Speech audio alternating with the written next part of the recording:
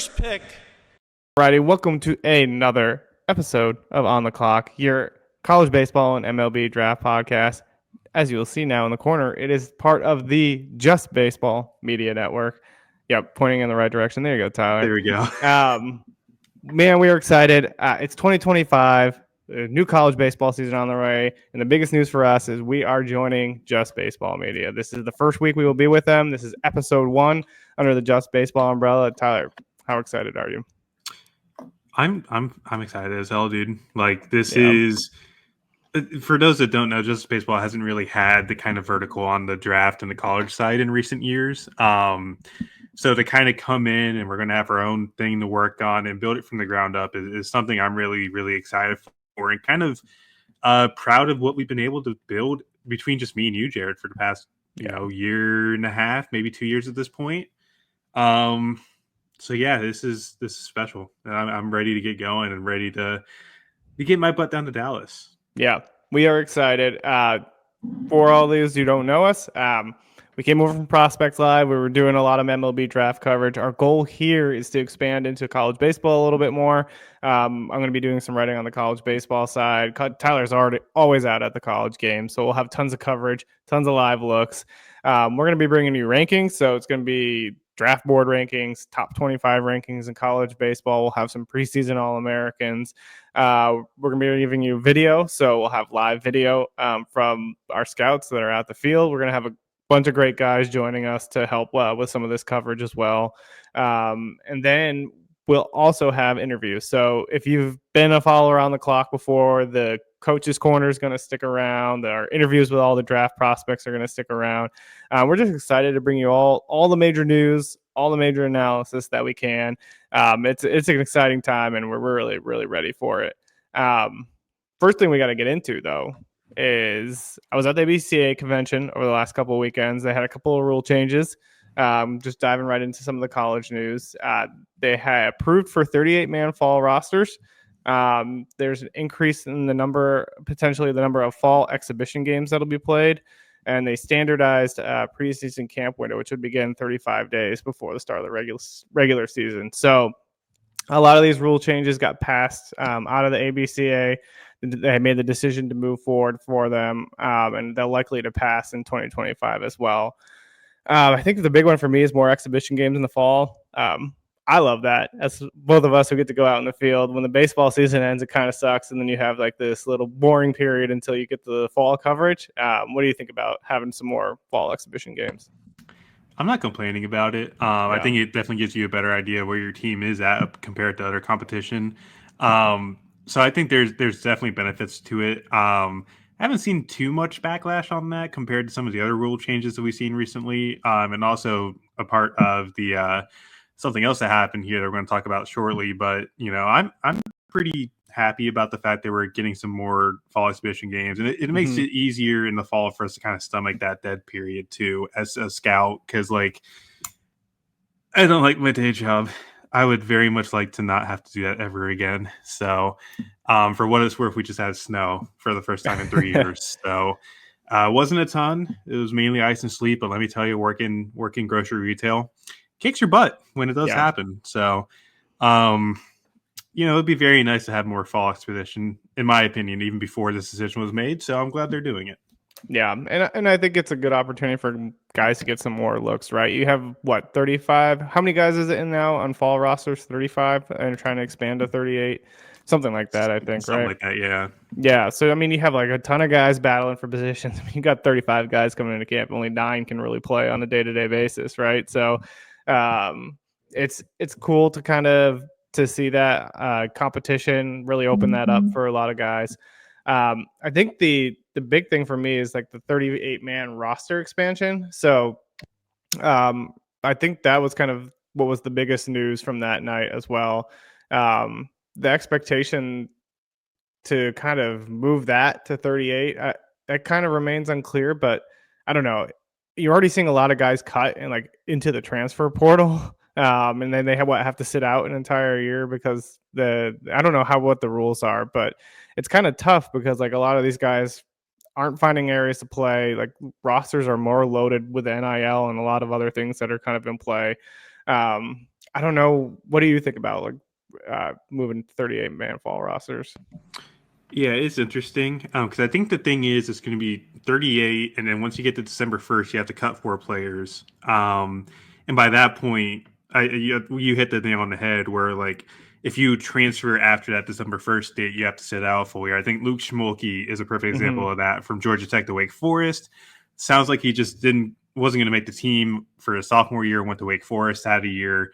He's finally getting pitching time this fall, and he's going to be on that Wake roster this spring.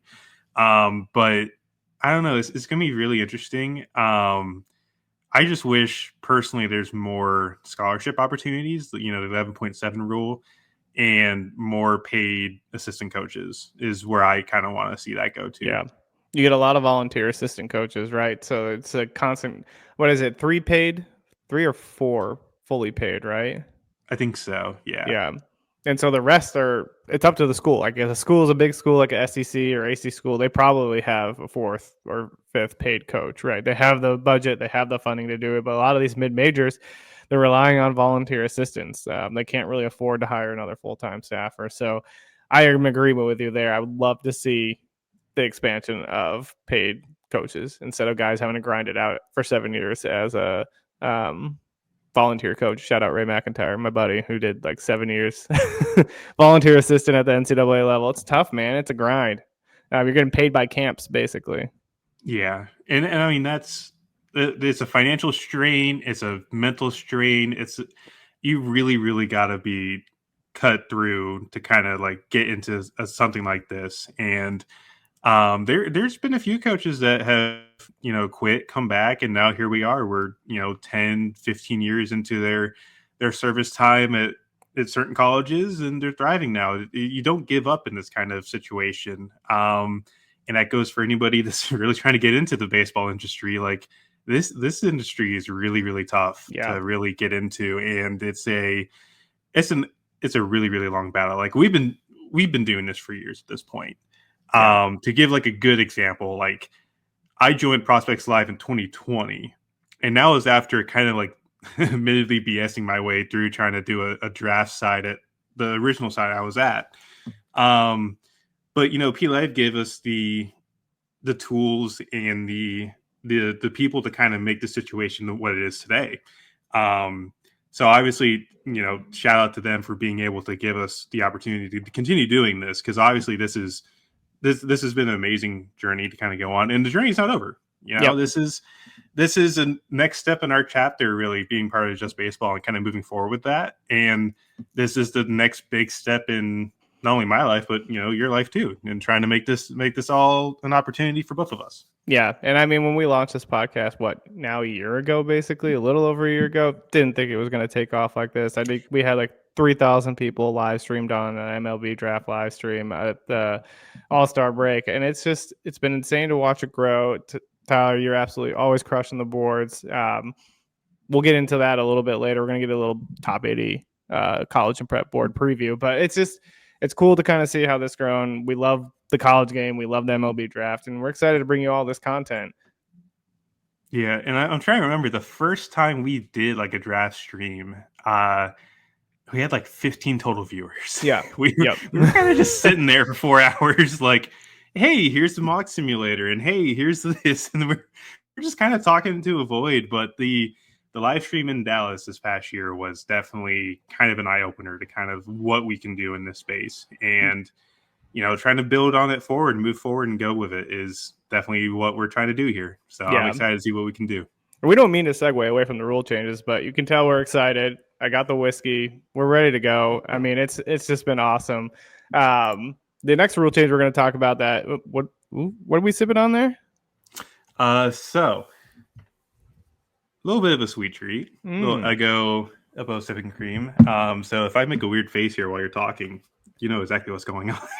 People judge him for the drink he has too. I don't know who gets like a Eggo moonshine or whatever the hell. It was a birthday gift. I don't want to hear it. Love it. Second rule change I want to get into. So you all might be like, oh, this news broke months ago, but again, we were paused because we were making the transition over to Just Baseball. Diego Pavia ruling. So for those of you who might not know this, basically Diego Pavia was granted to basically take his junior college, and that was no longer counting towards his NCAA eligibility. They ruled that that violated antitrust laws and unfairly limited his ability to profit from his name. And so at first, like when the injunction happened, the scope of the decision was limited to just Diego Pavia. Then the NCAA met, and they were saying that now, because of the court's ruling, they have to grant waivers for junior college players in similar positions to Pavia. So it really opens up the doors to those who have attended junior college to add extra time to their Division I eligibility clock. So basically, as an NCAA school, you can have a 2-year JuCo guy come in as a freshman. Pretty much, yeah. And like, you touched on the Pavia decision pretty well, where like the guys that now can get that waiver, like Justin Vanderbrake at UNC was a prime example. Like, spent 2 years, I think it was Tacoma, Washington, went to UNC for 2 years. It was pretty limited last year as a senior, but this year he was kind of waiting to see if they would even get his waiver granted to play his 5th year at UNC. And I think now he's definitely been approved, but there's also other people that have been in the same situation that now don't have that same opportunity. So it's kind of like a give and take kind of deal. Like, it's cool that you're giving this one guy the opportunity, and now he's kind of like a trendsetter, or like can't really think of the right word right now, but entrepreneur, is that? I think that's the word to use there. Maybe. Yeah, somewhat. I could be wrong. But going down that route, so like you think of, trying to think of a good example, like Texas A&M lefty Evan Oschenbeck this past year. He was a former JuCo guy, went to Texas A&M. Now is a big name in the college world because he did so well for Texas A&M this past year. He was a big piece in them being part of the College World Series run. But in that similar situation, yes, he was drafted, but that was also he didn't really have an indication on whether his waiver would be approved. And that goes into your decision to sign with the Cubs. So there's multiple other athletes that have the same issue, and the ones that have already been denied and can't really do anything about it, I see where they're coming from. I get the frustration. Like, this is very, very, very frustrating for them, because now you're watching these guys get these opportunities that, you definitely could still get now, but since your issue was a couple months before the decision was made, you're no longer eligible to kind of make this decision. So it's really, really kind of a tale of mixed sides, mixed emotions for sure. And I know there's some coaches, they're kind of wondering how this is going to affect it down the road as well. I think it's still too early to kind of figure out what's going to happen, but I would imagine JuCo is definitely be a hotbed for college baseball for the next couple of years. We've already seen it. Michael Molinex has left Georgia. He's gone to Chipola College, and he's eligible again this year for the draft. But he can definitely go back to another SEC school or another ACC school, and his eligibility from JuCo is not going to count towards his years at the next school he goes to. So interesting to see how that plays out here over the next couple of years. Yeah, I mean, to me, when I first read it, I was like, oh, this could be good for mid-majors, right? Because like you're going to have big roster crunches. Maybe some of those guys who kind of fall off will all of a sudden fall to the mid-majors. But I did read the Baseball America article. I don't know if you saw this one, but they had like quotes from some of the mid-major coaches, some of the like major coaches, and one said that he's like, first thought, I said, hey, maybe this can be a good thing. But then the longer I thought about it, the more I realized it's just going to be another major problem. And so I have to imagine that most are feeling that way, right? Because like, I don't know, maybe a lot of those schools, like what they do is they're going after the JuCo guys, right? The mid majors are probably trying to hit the JuCos in their area a bit more, just because they just know they can't get those big time freshmen to come to campus. But then if all of a sudden they're like, okay, now SEC, ACC schools have the opportunity to just make a JuCo guy a freshman and like redshirt him or whatever and have him sit out, but offer him some kind of NIL or whatever to get him to campus. It seems like it's like going to cause a just kind of a weird scenario. And I think we've talked about this before, how like college athletics are somewhat in between this they're still amateur, but they're pro, and it's just like this in between with a lot of gray area. And I think the NCAA at some point is going to have to be like, hey, we probably need to start treating this like a professional sport. Yep, 100%. And I think to kind of touch on what you mentioned with like the mid-major coaches having some worries about this moving forward, it's definitely going to take opportunities away from some of the younger guys that get to campus. So like you look at some of the bigger classes in the SEC or ACC where you get a bunch of freshmen coming in, some of those guys are going to end up going that JuCo route now because they understand that like, hey, these won't count towards me anymore. I can just go here for a year or two, go back to the ACC or SEC school that I was originally committed to, or even another school that gives you the opportunity, and now you're basically a fresh start. Yeah. So it's going to be very interesting. I think JuCo is definitely going to be a hotbed of talent moving forward now. And it was already being utilized heavily. Like Oklahoma and Kansas, for example, those two schools absolutely crushed the JuCo portal class. Yeah. Dawson Willis, trying to think of Brandon Kane are two examples from Oklahoma. Derek Serta from Kansas is another guy that's jumped over from JuCo. Now they're going to be starring under respective teams going into the spring. So it's going to be interesting. It's going to be very interesting to see what happens over the next couple of years. But I think the NCAA is definitely going to have to get in on that gray area and kind of maneuver stuff around, because we're kind of borderline turning this into like a free agency sort of deal with the transfer portal.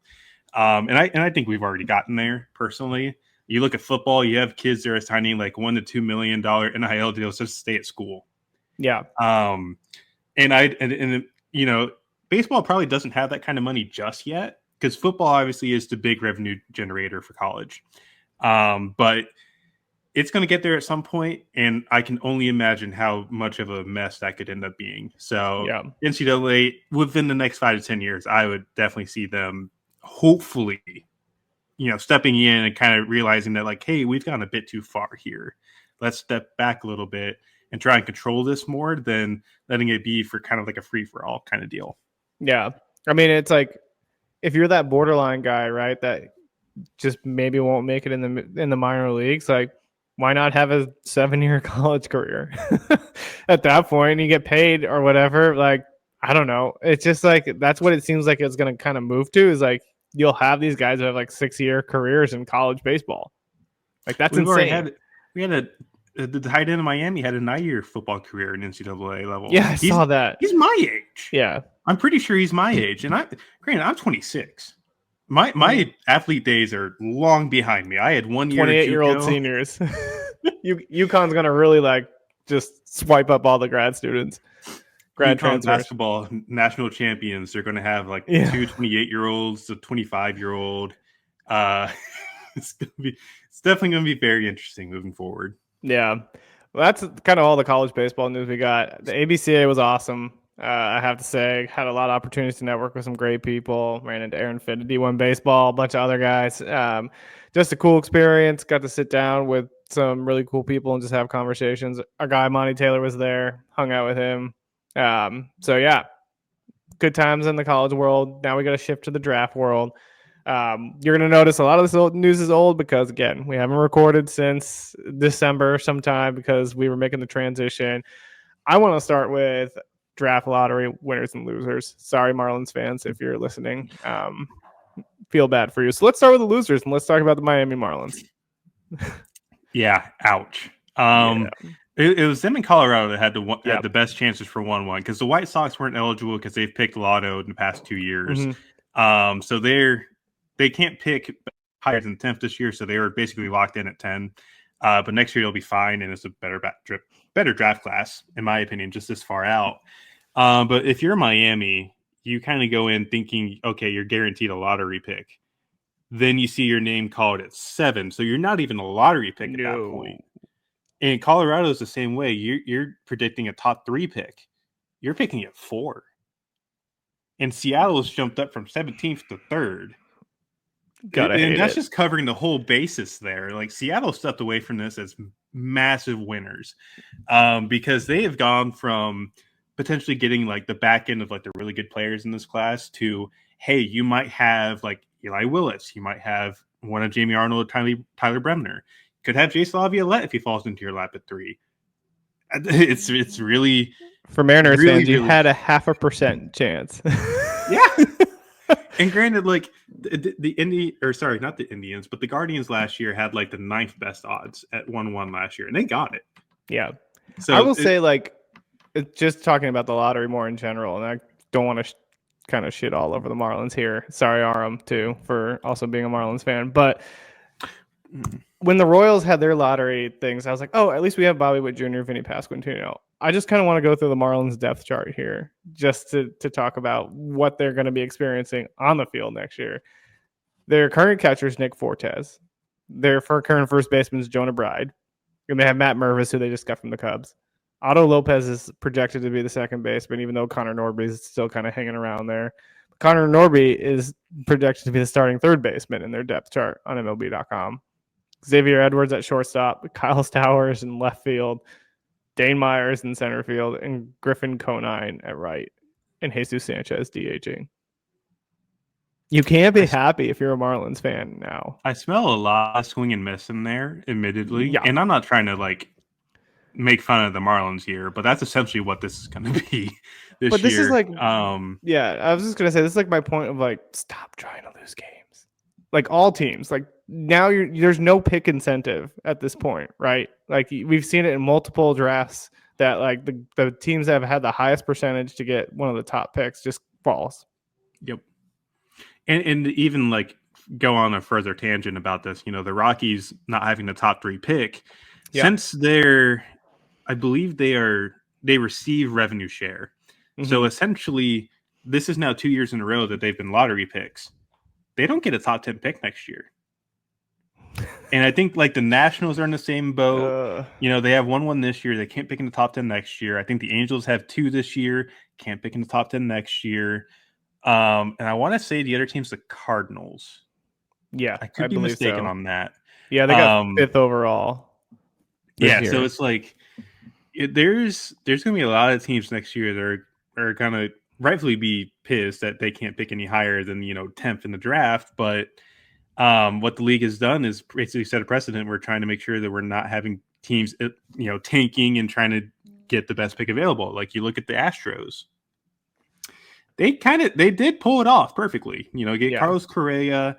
You don't sign Mike Capel and Brady Aiken. So Brady Aiken gets you a second top 5 pick in a class where you get Alex Bregman and Kyle Tucker. Just think about how much that value has brought to the Astros in the past few years.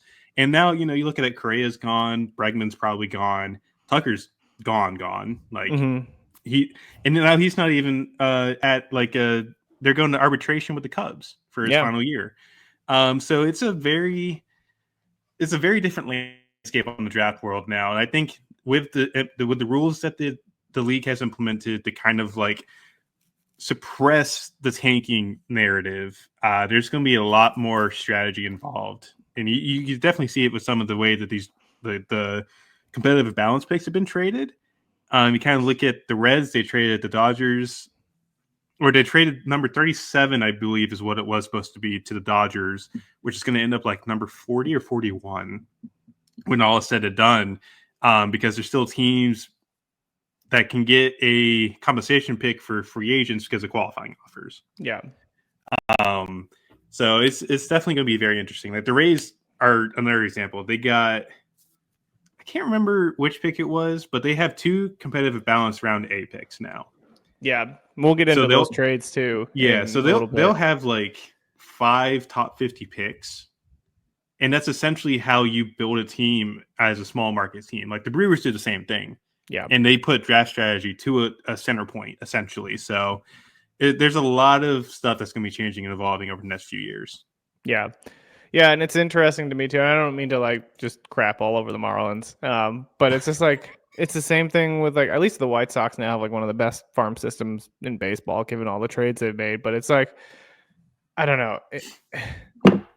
It was like watching the Royals kind of, and I don't want to use the Royals as the only example just because I'm a Royals fan, but watching what they did in the last couple of off seasons, they're like, we're not guaranteed like good picks anymore. And they went out and spent some money, and they wound up making a wild card. They wound up getting to the divisional series.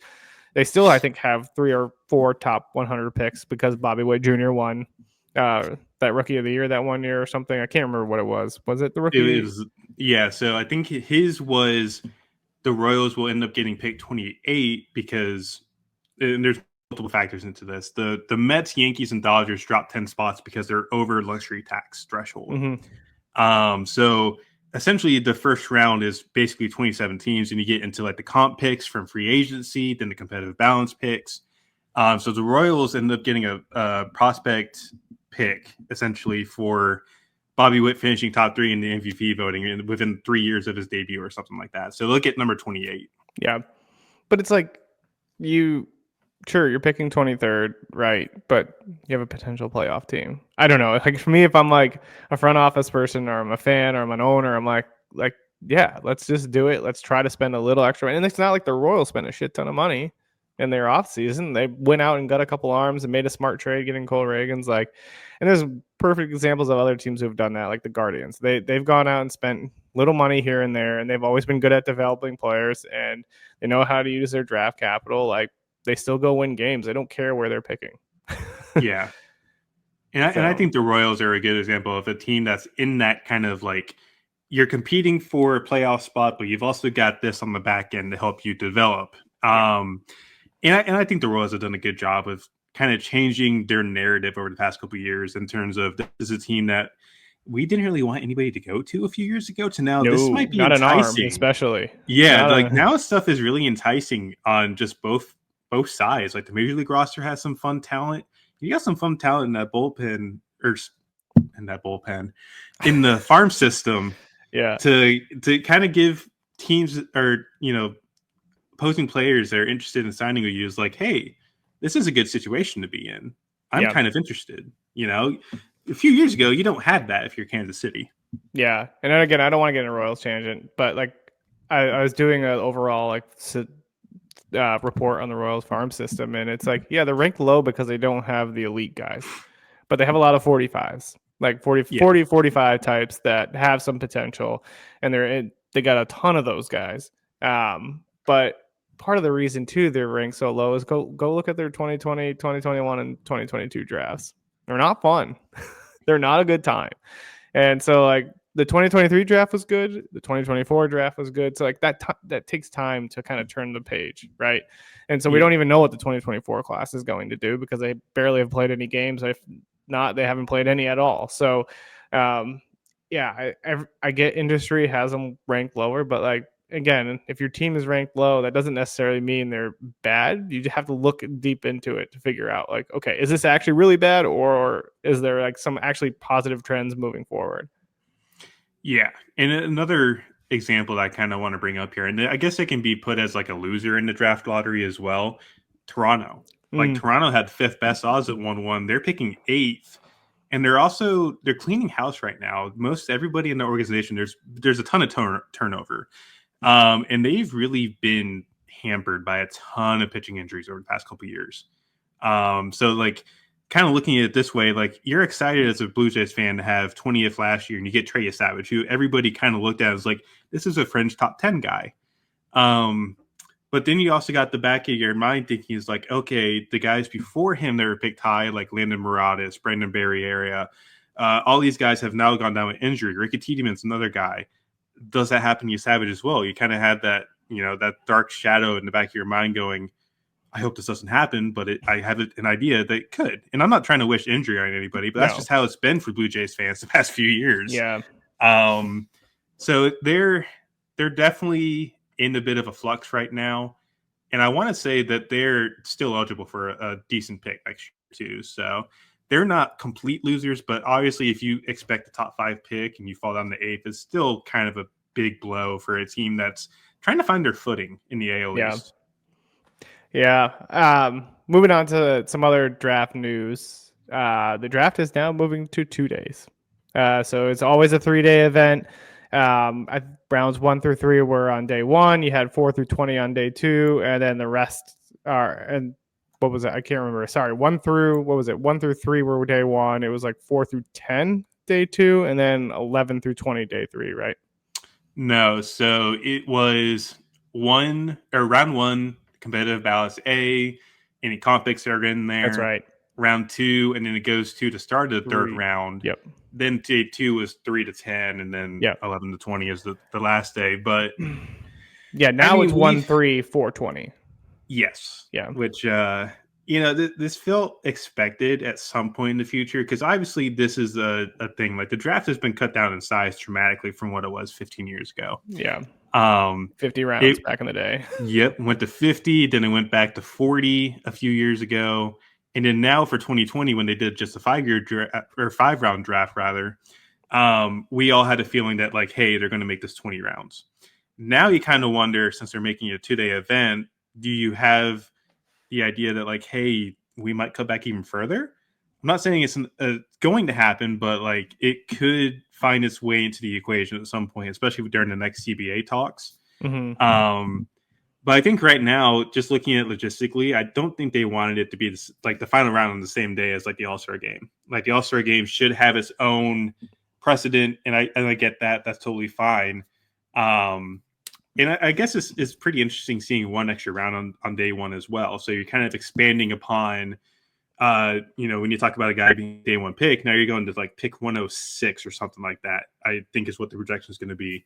Compared to, like, day 1 guys are up to like pick 75, pick 80 sometimes. So it'll be interesting to see how we kind of like dice up our jargon this year as a scout. It's definitely going to be a different vibe to it this year. I think even with like the bonus slots too, there might be some interesting, like, you get into like the round 6, 7, 8 types, Yeah. where you're kind of expecting, like in the past, you're expecting like start of day 3, big overpay or big overslot value from like the Astros or the Angels, because they've done that in the past couple of years. Ryan Clifford, Trey Gregory for examples. But moving forward, do you think that starts being pushed up into like those middle rounds you would expect on day 2 that are now going to be like kind of like the beginning of day 2, So I'm interested to see how that plays in the draft strategy. Yeah. How do teams adapt to the change in the system to kind of play their money and play their cards right? Because now you don't have that third day to kind of think about, like, hey, who could I take here that's like a highly touted prep, and we can, kind of work our strategy around to try and like make sure he gets paid. Yeah. Now you're kind of looking at, maybe we do this a little bit earlier now that we have to kind of do 16 rounds on the same day. So it's going to be very interesting. I'm pretty interested to see how this works out. Yeah. The things that I'm curious about too, kind of more on the logistical end, right? And none of this will really happen until a new CBAs are executed. But like, there's been a lot of complaints about the draft being at the All-Star game, right? MLB loves it, right? I think fans kind of love it too because it's part of the All-Star weekend. But it feels like June with the College World Series, you should have the draft in Omaha. I agree. Do it in Omaha. Agree.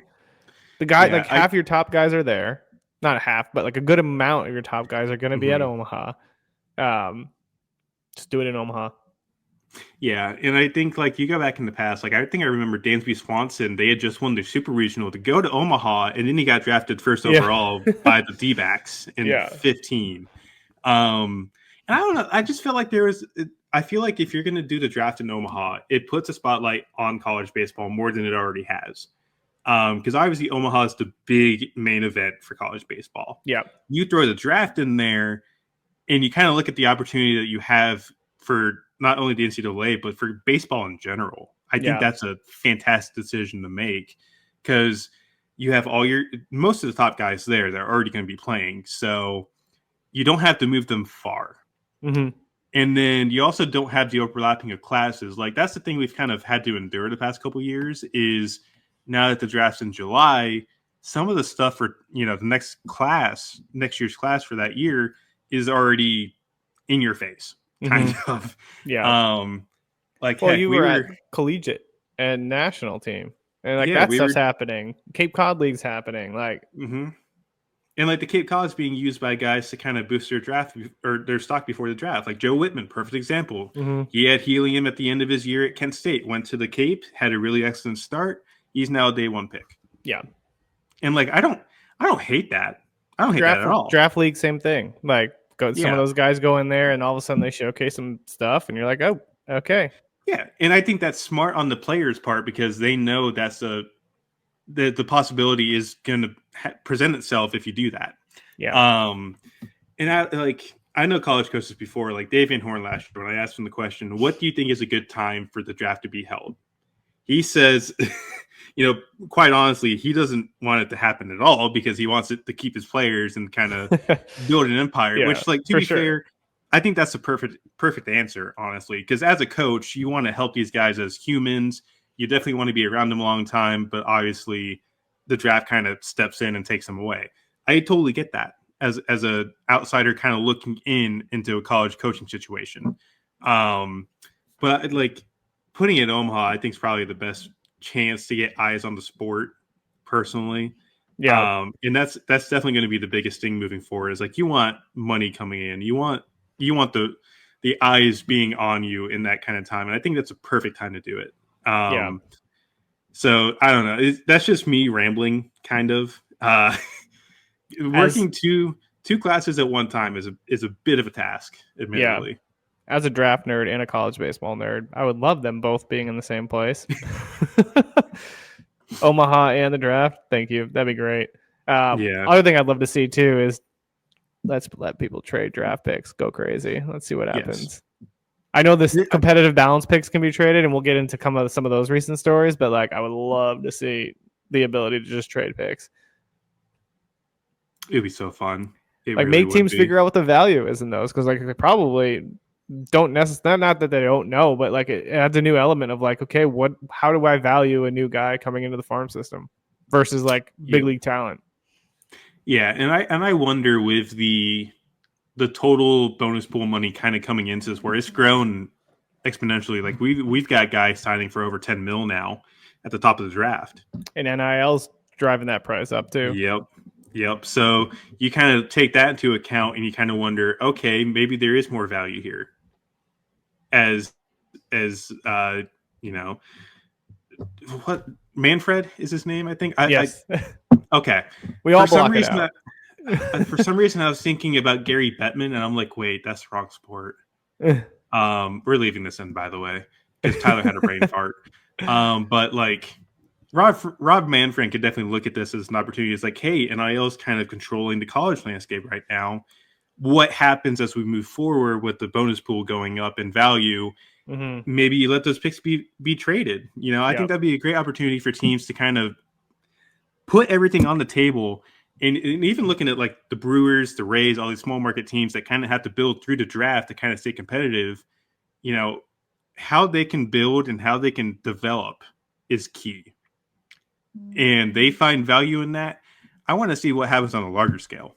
Yep. And I think that's the exciting part for me is like, I really want to see how these teams kind of work around something like that. Is, do you think all the big names now, like the Dodgers, the New York teams, all the Chicago teams, these big value teams kind of look at these picks and go, do we really need it? Or you look at these teams that know they can develop these guys and know their fits and their needs and kind of just become these contenders, become division winners. Milwaukee, perfect example. Yep. Yeah, I love to see it, and that kind of segues into our next topic of recent draft picks that were traded. So CBA and CBB picks, they can be any competitive balance picks can be traded. The first one I want to talk about is the Tampa Bay Rays traded Jeffrey Springs to the Oakland Athletics for Jacob Lopez, Joe Boyle, Jacob Waters, Will Simpson. This seems like it's such a big haul for Jeffrey Springs, but maybe I don't know enough about Jeffrey Springs. And the comp A round pick. What does that mean for the Rays for you? We talked about it a little bit earlier. Yeah. But I was about to say, you kind of look at the value of everything. And again, the Rays are one of those teams that they build through the draft, essentially. Like they know how to develop. They know what they're doing. They've really we talked about the pitching before in previous episodes of how well they are on the pitching side, but their hitting development's pretty undervalued as well, in my opinion. Mm-hmm. But kind of looking forward, like that trade was interesting because Oakland, or I guess Sacramento now, they've Yeah. gone out and they're spending money now. Yeah. Like Luis Severino had the qualifying offer attached to him, so they lost, I believe, their third highest pick or something like that. So kind of looking at what they did, trading that pick now makes it to where their second round is not lost. Mm-hmm. They can keep their second rounder, so it'll be their third round that they lose. Yeah. Which I think is kind of a smart way to go about it, because not only are you trying to make your major league team more talented and more valuable to its new market, you're now kind of looking at it on the draft side. It's like, hey, if we do this, we get this draft pick back, and we can kind of ignore that third rounder, because I think Oakland would still have like 3 or 4 top 100 draft picks. Yeah. Could be mistaken on that. I have to double check just to make sure when everything's kind of finalized, but I think Oakland still, I'm going to keep saying Oakland because it's forced to have it, but I think they kind of looked at that and said, hey, this is something that we can think about with trying to get Luis Severino, and then we can trade this pick away to Jeffrey Springs and improve our rotation tenfold. Yeah. Yeah. I mean, it was smart. And maybe it seemed like a lot that was going to the Rays, but Springs was nasty when he was healthy. I know he got hurt, but gotta love the move. The other one, and this is such a Cleveland Guardians move. They traded Josh Naylor to the D-backs. After they traded Josh Naylor to the D-backs, they signed Carlos Santana like 2 hours later to a 1-year, $12 million deal. So it's like they get their first base replacement for Naylor. They have a safety net for Kyle Manzardo. Then they go and also get the comp round B pick, which gives them 4 picks, I think, in the top 75 now. This is just a Guardians move. They do every draft year. It feels like they have like a million picks in the top 100. Yeah, and we saw what they did last year. They had arguably the best draft class in the entire league, because they went after Bonus high upside money guys. Yeah. And having that first overall pick pays dividends. Like we talk about the Tampa requiring that pick. They've now gotten an extra like $1 or $2 million in signing bonus slot money, essentially, to kind of play with. So they'll have like 5 top 50 picks. And that money is definitely valuable. You look at what the Cleveland gets here, it's probably closer to $1 million, maybe like 1.5, I want to guess, if like kind of going based off of last year's values. But you look at that for Cleveland, like, again, they crushed it last year. Yeah, they did an amazing job detecting the upside, detecting the talent, and figuring out like point A, B, C. Like Joey Oakey in the 3rd round is great value. Cam Sullivan in the 7th round, great value. Chase Mobley in the 10th. That one was nuts. That was something I didn't think was ever going to happen. And it didn't stop. They just kept going. And as a Royals fan, I was like, I hate everything right now. In like, you get Travis Bazzana to kind of set up your middle infield duo. Now that Jimenez is now gone, they're not having to pay off for that. And they had Spencer Horwitz come in, say hi to Cleveland for like 3 hours, and now he's on Pittsburgh. Yeah. So, like, Cleveland did some funky stuff this offseason, but like, I don't think I really hated all that much. They're going to be good again. Like, they have the pitching staff. Like, Bieber's probably going to be healthy. I mean, I don't know. So I did a post about Jack Kaggs the other day about how he's going to move to the outfield. And a Guardians fan commented on it like, I'm so mad we got Bazzana. We should have taken Kaggs. He was the best player out there. Like, Bazzana is not going to be nothing but like a middling infielder. I was like, 1, that's false. 2, did you see what your team did with the rest of the draft outside of Bazzana? and that's not even like putting money into it. Like, Bazzana was, in our minds, like the best player available in the draft last year. Yeah. And we've touched it before. Like, having a middle infielder as your top guy, even a guy that we don't even think could play outside of second base, is like a good draft class. But compared to what was in the rest of it, like, you had 2 college first basemen in the top 10. Yep. Like, in Nick Kurtz and Kaggs, which, not to obviously, take shots at those guys, but like, college first basemen taken that high have not done well in the past few years. It's hard. They got to really hit. There's so much pressure to hit. So you kind of look at that. It's like, you need the versatility. I think the A's are going to do the same thing with Kurtz and kind of move him to the outfield a bit. I think that's the rumor I saw the other day. Yeah. Which, hey, you take that, because Kurtz is a lot more athletic than you think. I think Kaggs is as well. Kaggs is, obviously, you look at it, you see 80 grade Rob Howard and go, hey, that's good. I Yeah. don't think he's pitching at the next level because, admittedly, like, yes, it's loud stuff, but he went from being 97 to 100 at the start of spring to like he's pitching in Omaha at like 89, 92. Mm-hmm. Yeah. I just don't. I don't think Cags is Otani esque. I No. think he's definitely a lot better as a bat at this point. Just because the command never really came through, didn't really turn a corner, and obviously you look at he didn't even throw 100 innings this year, and his stuff kind of declined really, really quickly. And they're not That's going to let him really pitch next year. yeah, So, like that's definitely a tough pill to swallow. But having a first baseman with versatility and 80-degree raw pop, pretty good. yeah. And I mean, if your option is to fluctuate him between left field and DH, and so MJ Melendez isn't out there, I don't know. Like MJ in a platoon is probably better than MJ playing full time. So I don't know. And I just want to go through the Guardians draft because it's so fun. Travis Bazzana, Braylon Dottie, Jacob Kozar, Joey Oki, Rafi Schlesinger, Aiden Major, Cameron Sullivan, Chase Mobley. Those are like the big names on there. That's good. That's so good. They did really good. Yeah. Have And fun, then, Guardians. You're right. And then, like, moving on to the next thing that we're going to talk about, obviously the Dodgers not having that technically first round pick because they went over the luxury tax. Their first pick would have been 40 this year. And now you're kind of getting back-to-back picks, and you'll have 3 in the first day alone now. Yeah. And that, again, that's valuable. Mm-hmm. You're adding like $2 million of value into your bonus pool. Yeah. You take that. Yeah. Yeah, especially for the Dodgers, and you already know about your development system so good. Yeah. Right. And like, last yes, one go ahead.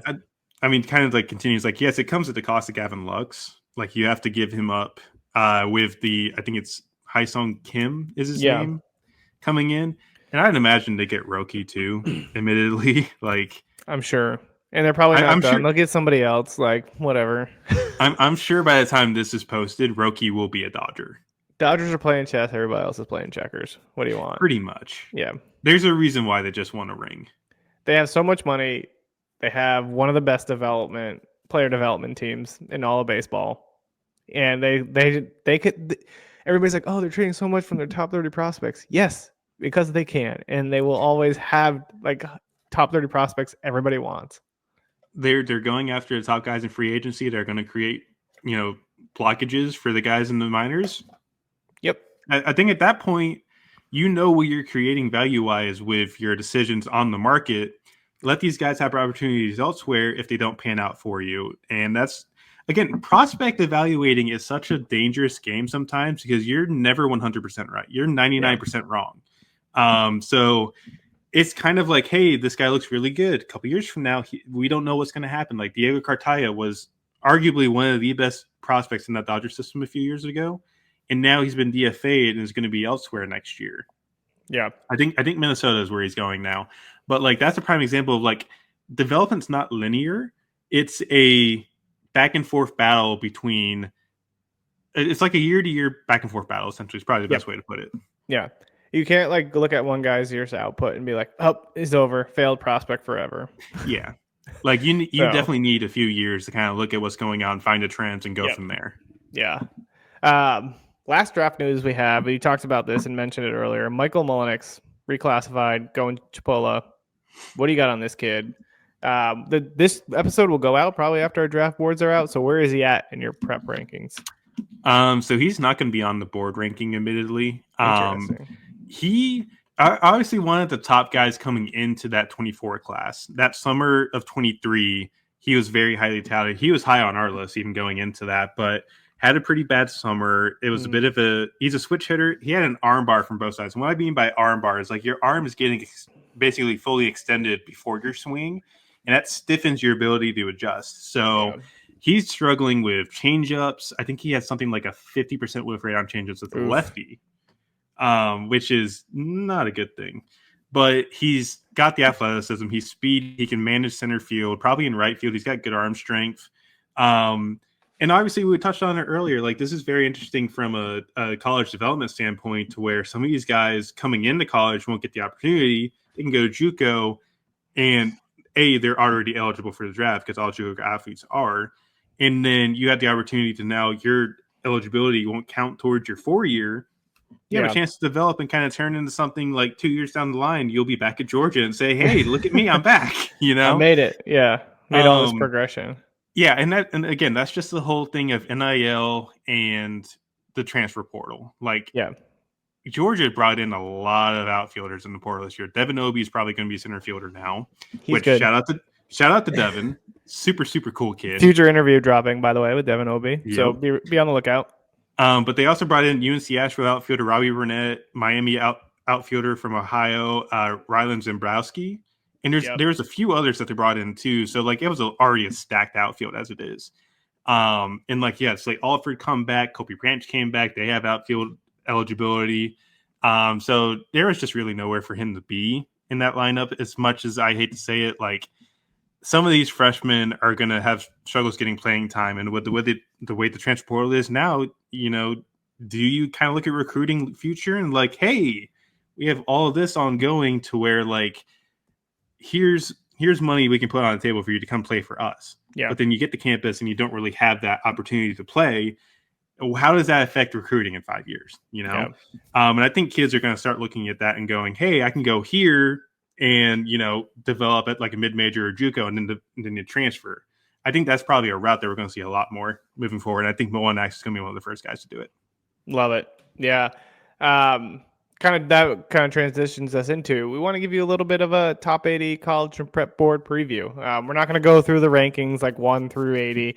If you want to check out the rankings, go to justbaseball.com. All of them are up there. The rankings are going to be very intuitive, right? They're going to have full write-ups. They're going to have all the information on the player. We're going to have, as the season goes on, live looks videos that we can kind of tag into there. Planning to have any interviews that we do with draft prospects. Those will be linked into the board. Tyler, I don't know if you want to talk a little bit more about the overall board and give people like a sense of what it's going to look like. Yeah, so the aim right now is to make it very interactive for the reader itself. We want to put the video on there because then instead of trying to like scour through YouTube to try and find something or try and scour through Twitter or X or however you want to call it now to find video on these guys, you can just look at our board and go, hey, here's video that we've taken from, this state to this state. Yep. Like right now, our first one kind of looking at it was Dallas Macias when we saw him last year for Oregon State was like, we have like maybe 4 or 5 at bats of him, but like, here's what we saw. He had 4 hits. Yeah. Here you go.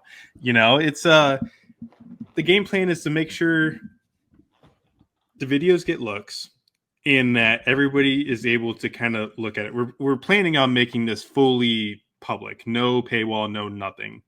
And I think that's beneficial for not only us, but for Just Baseball as well, because they've done incredible jobs on other verticals with, their coverage of prospects, major leagues, all that. But adding the draft to it creates a whole different environment for both sides. And that's the main thing I'm looking forward to is kind of having that higher audience with that Just Baseball brings to us and our expertise. Like Jared does a great job. Monty does a great job. Peyton does a great job. Rekka, for example, fantastic dude. Cannot say enough nice things about Rekka. Sneak preview of all the guys joining us. Yeah. And like we've got even more on the back end too. They're going to be exciting to add. So, I'm very excited to see what this product ends up looking like. Not sure on a date on when everything's kind of going out here, but I'm hoping by the time this is dropped, we'll have everything posted for you guys. So it'll be top 80 prep list, top 80 college list, video, draft day ages, heights, weights, everything. And we're just trying to make sure everybody has access to it. I think that's the biggest thing for us. And as we go through the season, we'll update it. So like we do an interview with a guy, it's right there on the blurb, so you don't have to really go anywhere. Have film on the guy, it's right there on the blurb. Moving forward, we're going to try and do some pieces on like individual players. So like, kind of teasing a bit of something in the future, like Ethan Petrie. Yeah. He's a guy that like, I don't want to obviously degrade the kid. He's a fantastic kid, and he's really crushed SEC pitching over the past 2 years. But kind of looking at it from a draft standpoint, it's a right first baseman with not a bunch of athleticism, and we're kind of wondering, can he hit? And I think you kind of look at it with like Nolan Schubert, same way, but he's left-handed and has arguably the same, if not more, power from that side of the And plate. can potentially play outfield. So Yeah, and I want to say Petrie's going to be playing third base this year. I've heard they've been trying him out there, and like it's a bit unorthodox, but like he's 6'4", 235. He's not the fleetest of foot, and I think that's perfectly fine. If he could prove he could play at third base, I think he's fine. yeah, But like diving into guys like that to where like, okay, you look at some of the other boards and he's higher up than what, I have or like what Jared has. Here's a reason why we think that, but here's also reasons we think he can improve upon that to kind of like move forward and improve his draft stock. Like for me, I'm not here to kind of like degrade people. Like that's not my shtick, but like I want to kind of give people an idea of why I think a certain way and why I evaluate a certain way. And kind of combining that with constructive critique is probably the best way to do it, to where you're not like, hey, this guy just sucks because XYZ. It's like, hey, here's what this guy can improve on XYZ. Yeah. Like how he gets to the next level. Yeah. Like I think unlocking that is definitely a better way to go about it than just be like, oh, he sucks. So I definitely, like I just want to give people an idea of like how we operate and also what I think should happen to kind of improve the stock and improve everything else about the profile. Yeah, and I think that's like kind of focusing on some of the human elements behind the guys, right? And that's why I want to bring the interviews too, so like you can get to know who these guys are behind the numbers and the data and all that stuff that you're seeing. And of course, we're not going to interview like all top 200 players that are eventually going to end up on the board, or top 250 or whatever it is. But if we can get a few guys in, just so you can get a sense of like who your team took and who your team drafted and like what makes that guy who he is. Like that's why we're going to have some of the interviews on there as well. But I want to go quickly through some of the biggest risers, biggest fallers, and like guys who just maybe have missed the top 80 cut that are looking in. So for you on the prep and college board, who were the biggest risers for you? So kind of looking at the prep side, the guy that really rose the most for me was Gavin Feen. He's Dylan's brother. I think he was the A's 7th or 8th round pick last year. So there's bloodlines there. But he had arguably one of the best summers of anybody out there. He torched opposing pitching at the USA trials, performed very well on their gold medal run to the 18U Cup. Area codes was good. I think overall, like you're looking at a guy where, yes, it's a bit stiff, and he's a third baseman with some agility issues, admittedly, but like he covers his zone very, very well. It was something like an 85% contact rate this summer, handles velocity, has some good power in the bat. And I think if you make changes to the swing, you can tap more into that too. Yeah.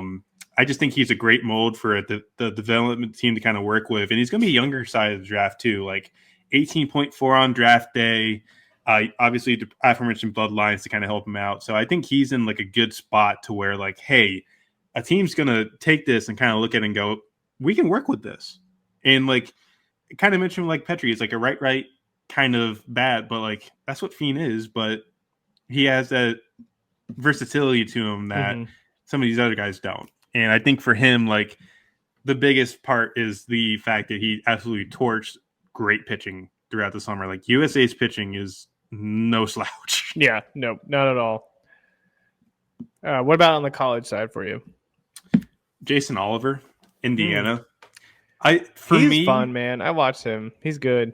Yeah, like it's fun. And like you look at these sophomore eligible guys, and you kind of make this may be a topic for like a future episode, but I think the sophomore class this year that's eligible is better than the overall junior class.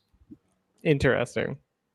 Am I wrong for saying that? Like, I think it's a conversation worth having, because for me, you look at the 23 prep class, like that prep class was loaded. And kind of looking at it overall, like you look at the top of class, Jay Flaviolette, obviously probably the best upside of anybody here, but how limited is he to where he may not even be a center fielder? Cantarella has some question marks there as well. He was injured last year. How has the speed bounced back this year now he's fully healthy? What's the power looking like? You look at Ike Irish, he may not even be a catcher at the end of the day. Yeah. So you kind of look at that and go like, hey, what do some of these sophomores bring to the table that the juniors don't? Yeah. And Oliver's one of those guys where he, you look at the 290 batting average in Big Ten play last year. It's like you think that it's like it's not lighting the world on fire, but he posted an 82% contact rate, stays within the zone. He has some good pop to both sides of the field. There's pull side power, and he can abuse the opposite field gap at will. Like, he's very good at doing that. Yeah. And there's balance and athleticism at second base. So I look at that and go, hey, you're 21.1 on draft day. You could be a quick riser through a system if they believe in the hit tool. That's the kind of thing I'm looking at. Is like, he might be a slasher at this point, but moving forward as he gets stronger and you work with the swing a little bit, can you unlock that power? Can you look at this and be like, hey, he might be a all-around good second baseman? And that's valuable. Yeah, I love that. I don't want to go too much into big fallers because I don't want to like you said, like just dump on somebody. But let's just pick one between the high school and the college board for you. Who's kind of just fallen the most, just because you want to see a little bit more, or because you want to kind of see them untap some more potential? Yeah, I think the biggest one that comes to mind is Lucas Franco from Texas. Yeah. And we had him really high on the initial list at Prospects Live. I think we had him in the top 10, but it wasn't really a great summer for him. And there was a lot of just ground balls, weak contact. And for him, he's a projection-based guy. Yeah. Like 6'3", 175, very lanky, tons of projection to his body. So I think once he gets stronger, he's going to have more consistency with the barrel, have a better swing, going to tap into power more. He just didn't really show that this summer. So he did drop quite a bit on the prep ranks. But I fully believe, you look at what he could be. If that happens this spring, I think he gets paid. But right now, it kind of looks tough for me to kind of give him like a sizable. If I'm like a GM or a scouting director, it's kind of tough for me to go like, I can give you, $500,000 to kind of forego your TCU commitment. Or you can let him go to school, see how he looks on campus for 3 years, and kind of weigh it from there. I think for me personally, I want to see more of the power in there. I want to see a better swing. And I just fully think that once he gets stronger and more physically mature, you're going to start seeing that from him. We need a really strong spring from him to kind of post him back up into that spot he was before. I love it. Last question on the boards. Who is one guy that missed your either top 80 or missed your top 80 prep or college that's looking in that you're like, well, this guy's probably going to, like, two months into the season, 1 month into the season, they're definitely making it in? Ooh, this is a tough one. I know there's a lot of guys. I was looking at the list and I'm like, I like a lot of these guys that are just outside it. So I'm going to use an NHSI pick because NHSI has released their lineup for this year's edition. Mario Magana from Christopher Columbus High School in Florida. He's a guy that I really wanted on the board to start, and he just got filtered out by guys that ultimately made it, or that like I wanted to push higher up. So he was probably like the second or third guy just left off. And looking at some of the film, he's a switch hitter with good bat-to-ball skills, extremely quick hands. Like I remember seeing one video, and we were all in shock at how quick those hands are. And I think there's value in that, kind of looking at it as like he's 6'3", 190, has projection to him. Miami commitment. Could you look at this and say he has a big South Florida spring and goes off and maybe goes to NHSI, boosts his value even more, kind of like what Adrian Santana did a couple years ago? Could be a good comp to put here. So Magana is my kind of person to be like, hey, at the end of the day, this might be a top 100 pick. Yeah, I love that. That kind of wraps it up for us. That's everything that we wanted to go through. Before we kind of get wrapped up, Tyler, do you have any final thoughts? Other than just excited as hell, man. This is a great opportunity, not only for us, but also for Just Baseball as well. And I'm excited to kind of build everything from the ground up here. Shout out to Aaron, shout out to Jack, shout out to all these guys here that have put together something amazing and have allowed us to do this. Cannot thank you guys enough for the opportunity here. And admittedly, very excited to get to Dallas on February 14th. That's where I'm starting my season. Let the people know. So opening weekend is Shriners Classic up there at Globe Life. So we'll have, I think the full lineup's Clemson, Ole Miss, Louisville, Texas, Oklahoma State, and Arizona. So it'd be those 6 teams, and then kind of going on a bit of a tangent, but Dallas Baptist is at home too, and they're about 10 minutes away from the stadium. So I'm gonna try and like double dip here.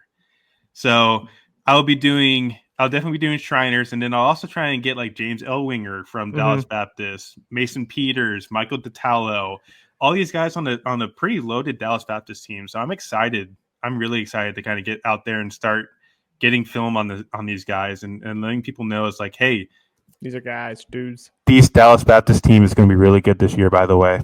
Probably might be most likely in our top 25 rank, potentially. Who knows? Oh, I'm ranking them. Yeah. I am. I might also be out at that weekend, TBD. A lot of personal stuff got to figure out, but be nice to be out there. If not, I will be at Penn State versus VCU. Tyler will also be at Penn State versus VCU. So we'll have some coverage going for you in terms of that. I guess for me, final thoughts is again saying like really excited about this opportunity with Just Baseball. We want to bring you some of the best college baseball MLB draft coverage that we can, be that one-stop shop for you all to just come in, learn a bit more about the game that we all love. Because I think the college game gets overlooked often because it's just such a great game and not enough people are tuning in. It's starting to grow, but we want to help grow it even more. Just the amazing people who make up the college game. That's part of the reason why we want to do the interviews with the coaches and the players, just to showcase who they are personally. And we're just excited to get started. We're excited to get launched. Thankful for all this opportunity. And I think for me too is that be on the lookout. There's going to be a lot of content coming this week. We got the top 80 prep in college MLB draft boards dropping. The plan is to drop an interview with LSU head coach Jay Johnson as well. This first episode will be dropping, so we got lots coming your way. Yep. And then what is it? We want to do like a Q&A session too somewhere in the future. So like, at some point we'll drop a mailbag and have you guys ask questions. I'm excited to see what we can get question-wise. Like, college baseball, MLB draft questions, any of them, just throw them our way. Yeah. And like just on like a separate tangent, but like this draft class is polarizing is probably the best way to put it. Is obviously not the strongest class, but there's some good guys at the top, and then obviously going into next year's class, where you have arguably probably the best class is 23. So I'm excited to see what you guys have to drop on us, but just more excited to get started on this and let the work do the business here. Yep. And if you want to find us, Tyler Jennings 24 on X or Twitter or whatever you want to call it now. I'm Jared CP1 on X and Twitter. You can check all our stuff on Just Baseball. If you want the live looks video, it's on YouTube on the clock. And we're going to try to brainstorm other ideas, but also feel free to DM us if you have ideas of content that you want, things you want us to cover. Maybe we'll do like a MLB draft redraft, right? Like look at some old school. I know Baseball is Dead does that already, but I think that would be fun. Something fun that we could do is like 2014 draft. Let's redraft that draft and see who we want to put first. So we're going to try to come up with ideas like that we can really keep you all engaged and have a good time. So until next time, we'll see you. Take a shot.